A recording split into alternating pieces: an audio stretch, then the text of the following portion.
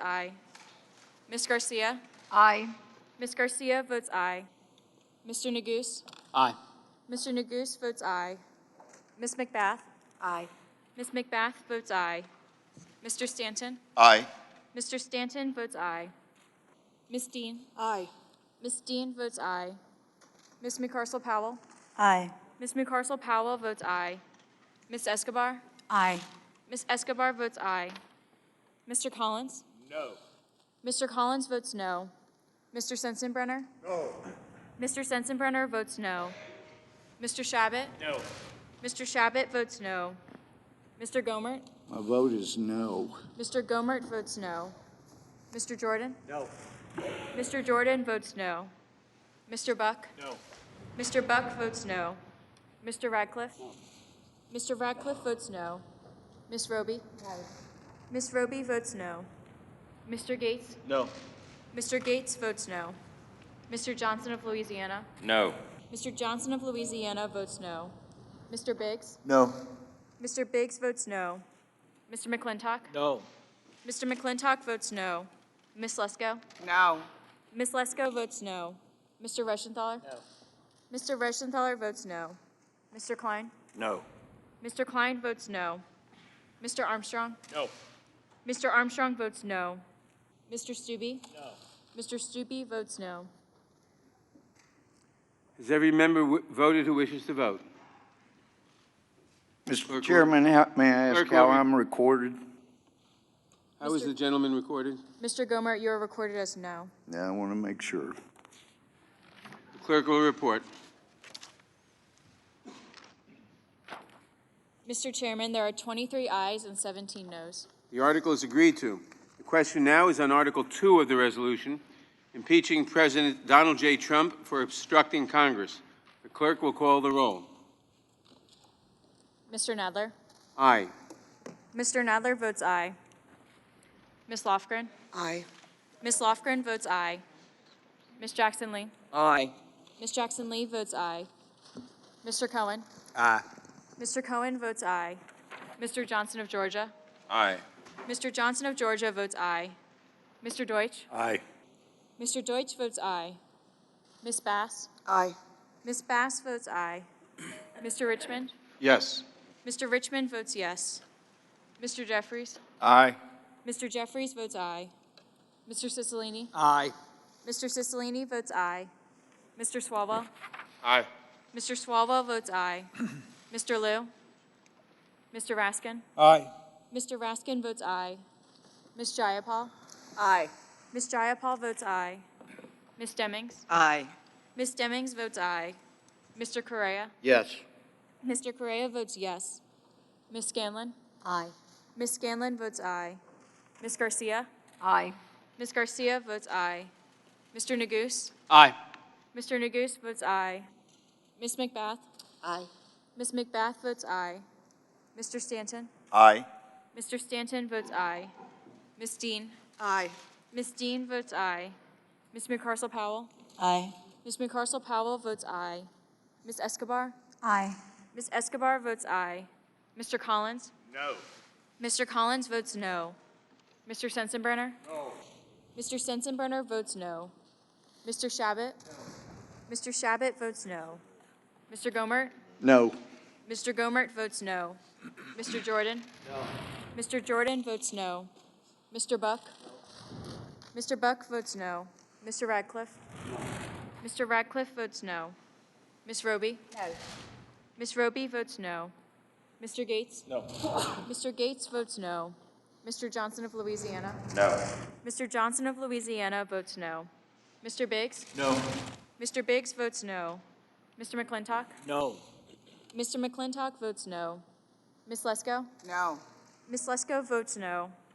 Mr. Reschenthaler? No. Mr. Reschenthaler votes no. Mr. Klein? No. Mr. Klein votes no. Mr. Armstrong? No. Mr. Armstrong votes no. Mr. Stubbe? No. Mr. Stubbe votes no. Is there every member of the committee who wishes to vote voted? The clerk will report. Mr. Chairman, there are 23 ayes and 17 noes. The article is agreed to. The resolution as amended is ordered reported favorably to the House. Members will have 2 days to submit views. The resolution will be reported as a single amendment in the nature of a substitute. Without objection, staff is authorized to make technical and conforming changes. Without objection, the committee is adjourned. Mr. Chairman, For what purpose does the gentleman seek recognition? pursuant to Clause 2L of Rule 11, I give notice of intent to file dissenting views. Notice is heard. Without objection, the committee is adjourned.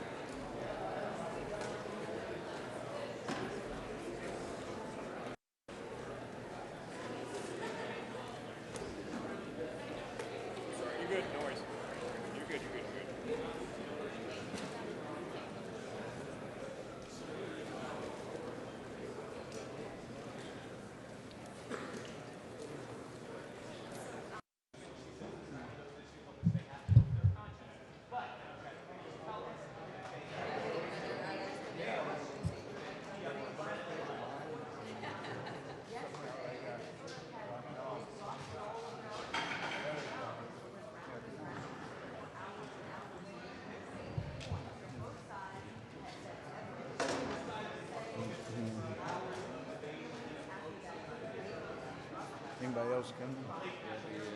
Oh, good. Debbie. Good. I'll just Talking start to her. off.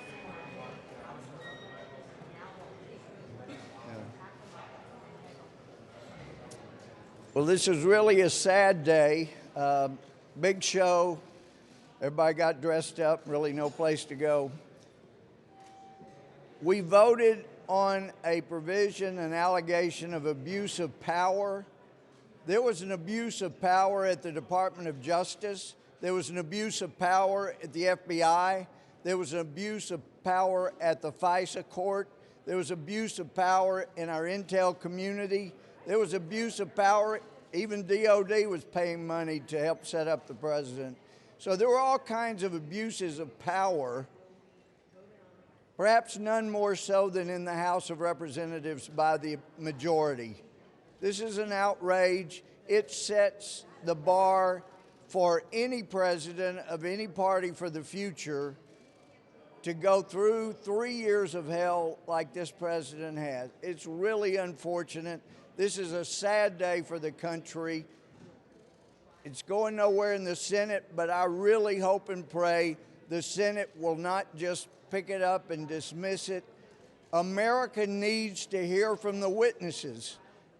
And we didn't get to hear from them here. This was a kangaroo court. Outrageous to put the country through this, and we get a report. And we don't even get to examine the maker of the report. So it's a very sad day. I'm just glad I had such an incredible team I got to be on. These are really quality folks. Debbie, you want to? Thank you. Well, this is really a travesty for America, and it's really tearing America apart. I have never in my entire life seen such an unfair, rigged railroad job against the President of the United States. I have known that my fellow Democrats were going to go for impeachment since January of this year when they got power. And here we are today. They predetermined they were going to do it, and they did it, come hell or high water. They had no proof, no evidence, no crime, but they went ahead anyway, and they're tearing the country apart and they should be ashamed.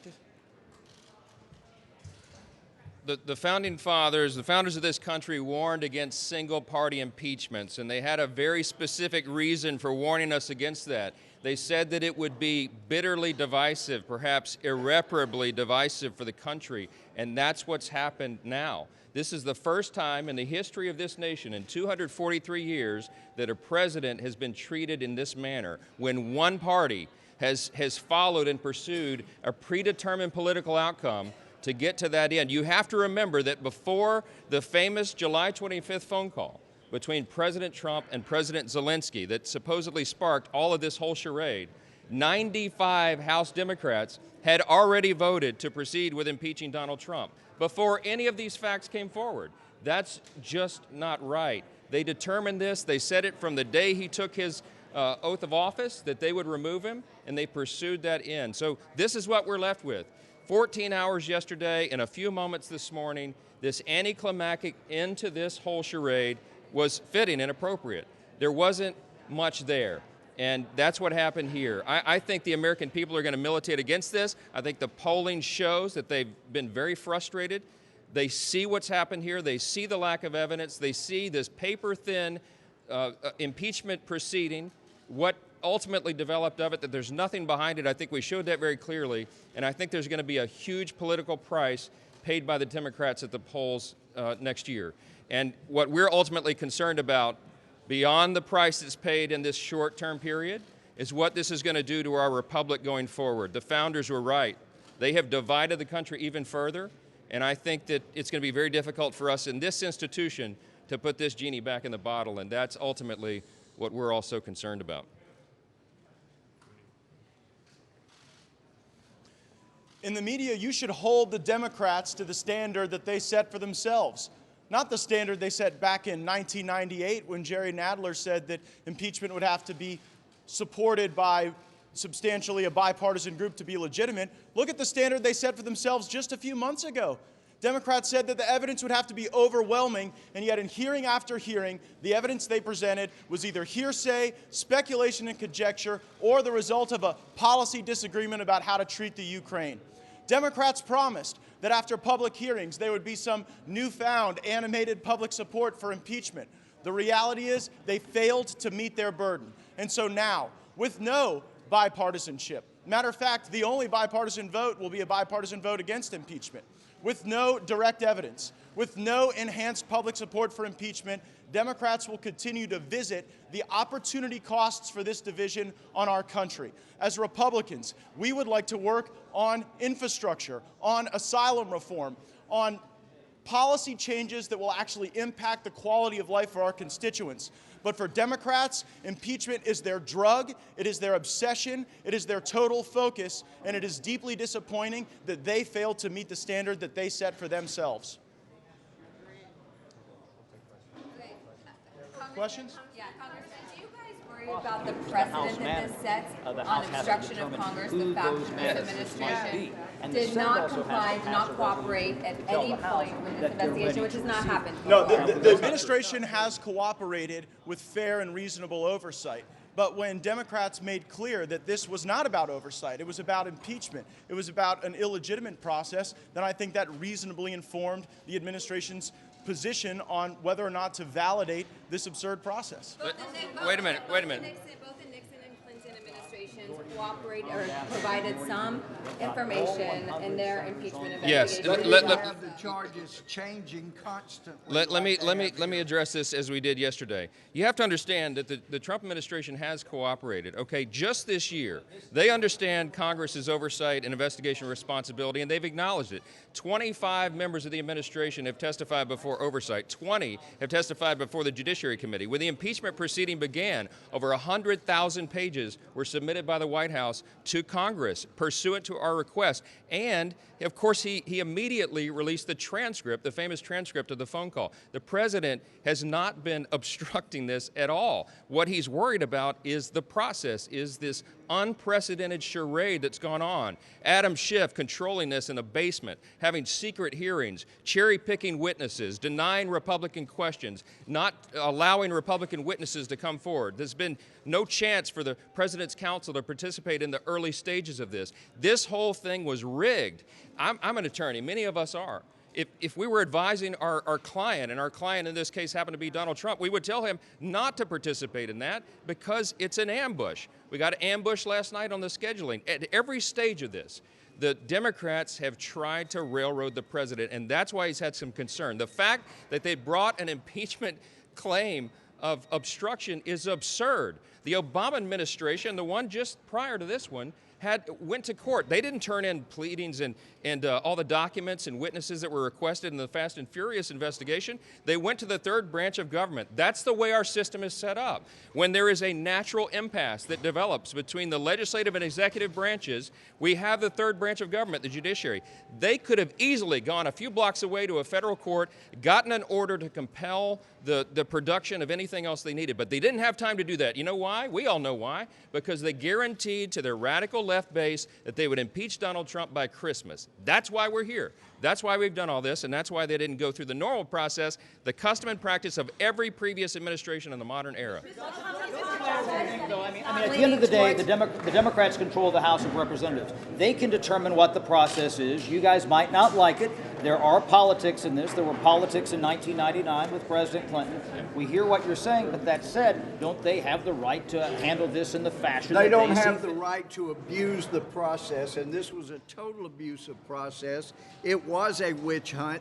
That's why they could not settle on a charge until they had exhausted that there was no evidence of a crime. And let me just tell you, if the DOJ and the FBI went after you and your family and your business associates, harassed them, and you find out, as the president did early on, this was all a scam to bring him down, then you would be wise, and I bet most any attorney would say, don't you go and they're looking for anything.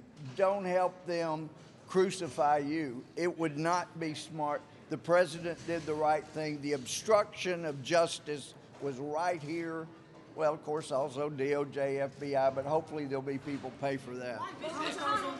Says that he's not likely to bring forward witnesses in the Senate trial. That'd be a big mistake. You have called for witnesses. How do you think that you're actually going to get your story out? This is not what McConnell The Senate says promised that for months now they would have witnesses, and I really understand the desire. This was a ridiculous process, a report, no real witnesses here. So I understand their desire to just get it behind us, but the country needs to hear what a farce this was. They really need to bring in witnesses.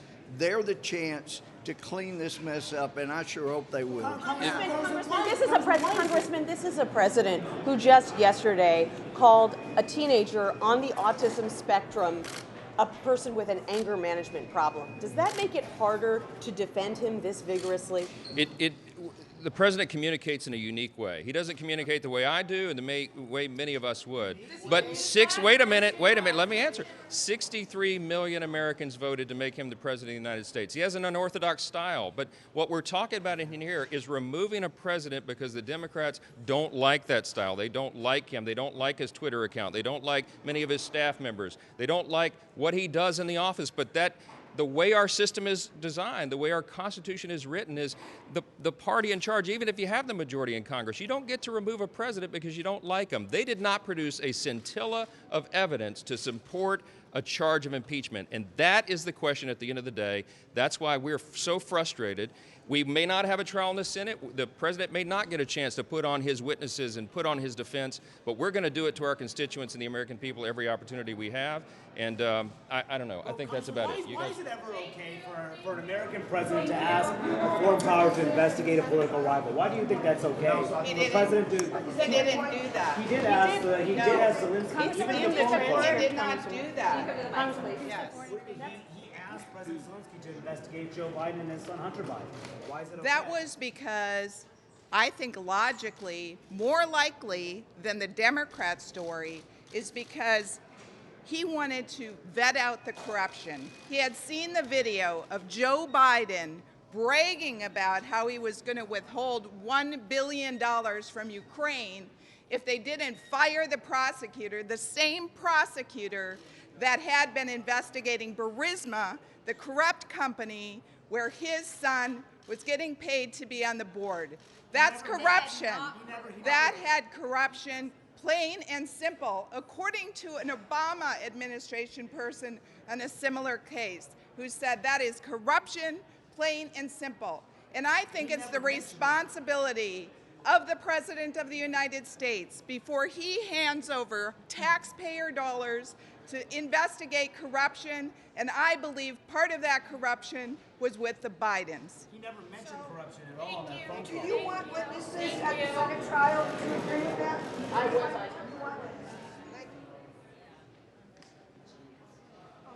But they're not all, they may not all be.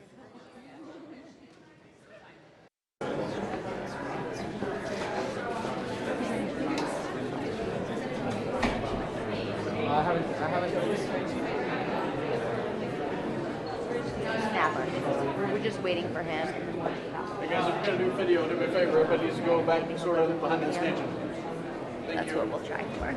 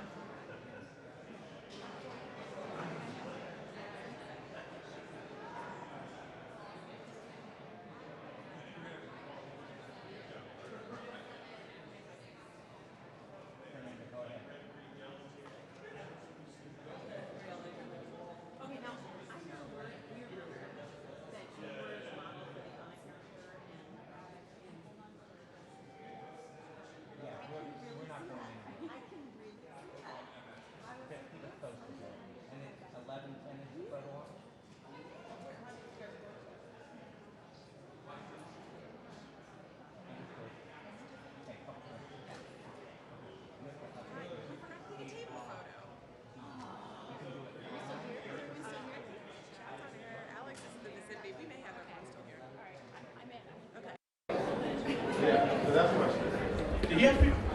Matt, did you ask me if Jeff was there? No, not Matt.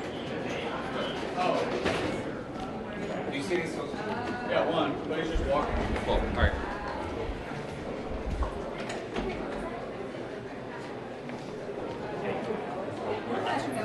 I look like Danny.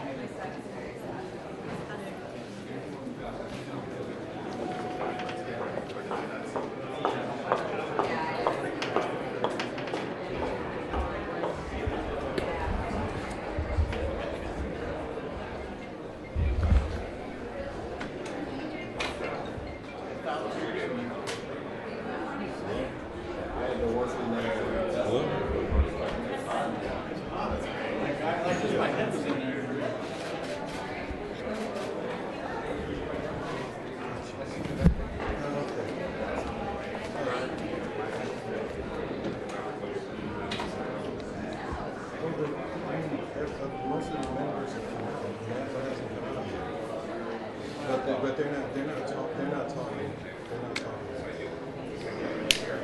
Yeah, exactly.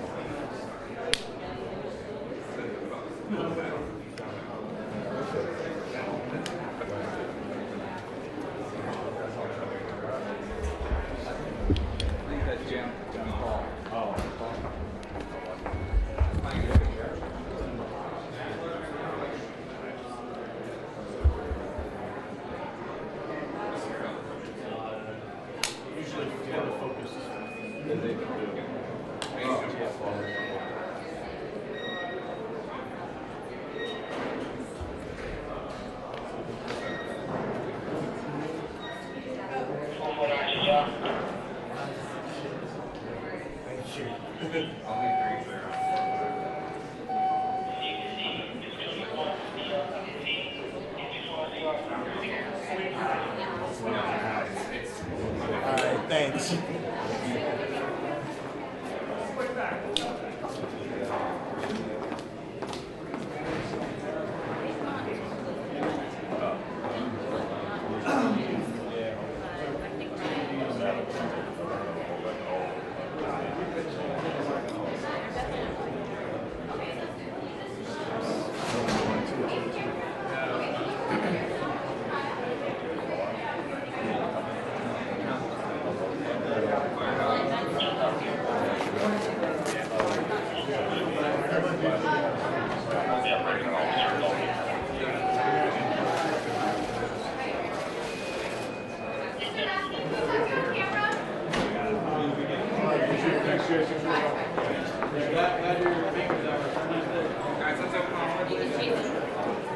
Get him, Tom.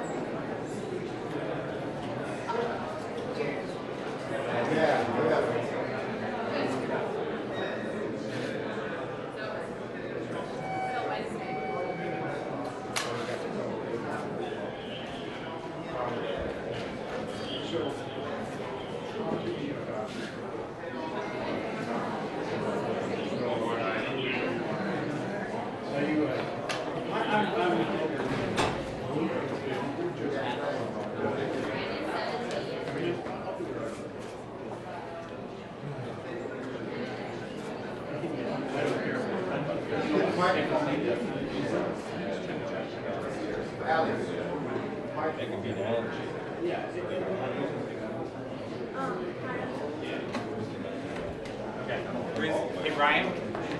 Yeah.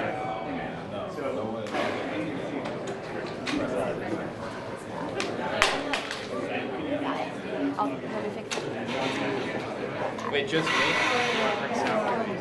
Yeah, just me. Just on your iPhone. Lock and load. What do you think? As soon as somebody gets here. Once you get the rest of the thing now. This is just Nadler? Okay, so Nadler's going to the full camera in 5. What's wrong? Nadler's going to go to the camera in 5. If you didn't catch that, Nadler's going to the full camera within 5 minutes. So we're going to ask you to pick your poison. Where's the pool?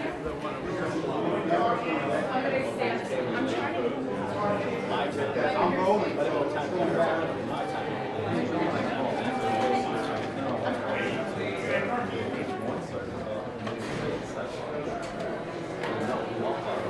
Do we have a camera here? Where's that? Do you mind standing right here? Actually, can you stand right in the middle? Can you stand right in the middle, please, so we all can get you? Thank you. Wait, sorry. This, if you could just stand right here. Perfect. Thank you so much. Hey, has Chairman Nadler spoken yet? Not yet. He's going to shortly. They're clearing it out for him. Okay. So, Congressman, how is this a good day for? How did this turn out? It was a very contentious hearing or meeting yesterday, but eventually these moved out of the committee. So, what can you describe what this means? Well, we voted 23-17 to approve 2 articles of impeachment for high crimes and misdemeanors against President Trump. So those articles will be advanced to the floor of the House of Representatives, presumably next week. So, yeah, so how important is this for the American public? Well, the misconduct of the president raised in these two articles is of urgent importance to the American people because they describe not just high crimes and misdemeanors, but a crime in progress.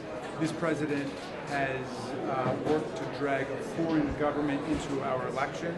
Meantime, he's invited another foreign government, China, to get involved in this election, and this is on a pattern going back to 2016 where he invited Russia to be involved in the election on his behalf.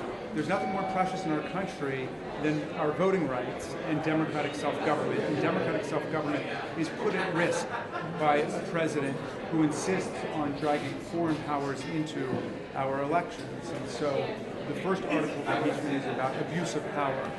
The president bringing a foreign power into our election in order to advance his own interests over the interests of the people, our national security, and the Constitution. And the second article is about obstructing Congress in the investigation into the president's misconduct.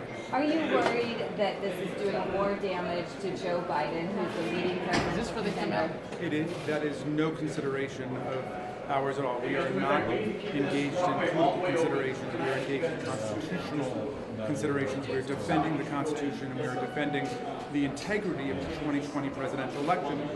If we let the president get away with this misconduct, it means that every president for all time will be able to bring in foreign powers into our elections, using federal tax dollars to pressure foreign governments to get involved in our elections. And that's totally antithetical to the constitutional design. It's the opposite of what the framers wanted for us. The framers wanted a government that really was of the people, by the people, for the people. The elections belong to the people, not to the president. Because the government belongs to the people, not to the president. It's not the private property of the president. What about what McConnell said last night on Fox News about how he is working hand in hand with the government's, or with the president's attorneys? Well, I wanted to see it for my own eyes because I couldn't believe it when I was told that Senator McConnell had said that the Senate is working directly with the White House to set up the rules that they want. That is a complete surrender of the constitutional duties and prerogatives of the Senate, essentially turning them over to the White House. The way that the Constitution is arranged is this. The House of Representatives acts like a prosecutor. It assembles the evidence, and we have done that meticulously here, of obstruction of justice and of abuse of power, and then we send it to the Senate. At that point, the Senate conducts a trial under its own rules, under its own procedures. But I suppose, just as Senator McConnell has said, he's not going to vote on any legislation that the president doesn't want. Now he says he's going to conduct the impeachment trial in consultation with the defendant in the case. So is the Senate process already rigged? Well, let's hope that there's sufficient clamor within the Senate and within the country to make him rethink this idea of coordinating strategy with the defendant in the case. The president is essentially a constitutional defendant, and he's a defendant because we have voted to send an indictment, articles of impeachment, to the Senate because of the high crimes and misdemeanors he's committed. The votes were just 7 minutes. Why not just do this last night? Well, the chairman will discuss all of that. No, we absolutely was not. We clearly didn't want to vote in the middle of the night. I favor voting in broad daylight now, so it wouldn't be said that the Republicans have delayed voting in the middle of the night. But please listen to Chairman Nadler about that. It's much more attuned to what was happening. Sir, are you concerned that this is going to be a party line vote when you take it to the House floor? After 3 months of investigations, doesn't that make it inherently political? Let's see. First of all, we know it's not going to be a party line vote because, at least I'm very hopeful that Justin Amash, who now represents millions of independents across the country because he's the only independent in the House of Representatives, voted for the impeachment inquiry and has been very skeptical of the president's constitutional misconduct. So I think that at least we will have Democrats and independents, but I'm hopeful that there are Republicans out there who will consult their conscience and consult the Constitution and will keep an open mind about how to vote. And we've got to believe that that's how the process is going to work. Thank you. Here you go. Thank you.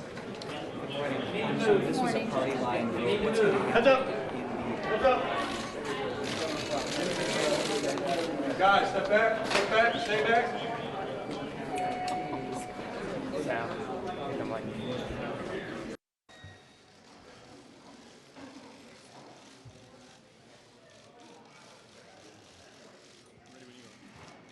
Okay.